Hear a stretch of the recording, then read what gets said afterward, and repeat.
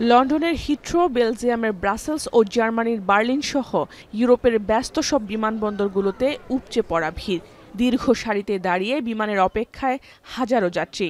কোনো ঘোষণা ছাড়াই বিলম্বিত হচ্ছে বিমানের শত শত ফ্লাইট, এমনকি বাতিলও হয়েছে অনেক ফ্লাইট। যদিও স্বাভাবিক রয়েছে ব্রিটিশ এয়ারওয়েজের বিমান চলাচল।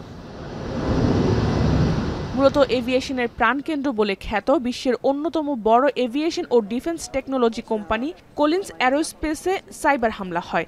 মার্কিন ভিত্তিক এই কোম্পানিটি বিশ্বজুড়ে বিভিন্ন এয়ারলাইন্সকে একাধিক সেবা দিয়ে থাকে, যার মধ্যে চেক ইন ও ব্যাগেজ সেবা অন্যতম।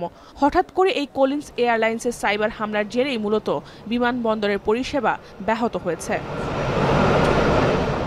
সফটওয়্যারে হামলা হয় অনেক বিমানবন্দর ম্যানুয়ালি তাদের কার্যক্রম পরিচালনা করে যাচ্ছে।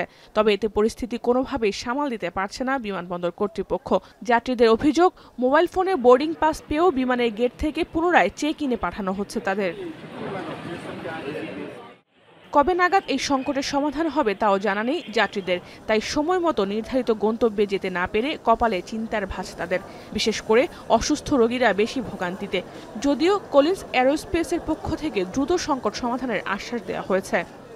Well, I woke up quite early, so the 6 o'clock news on the radio, I heard the announcement that there was some trouble because of a cyber attack.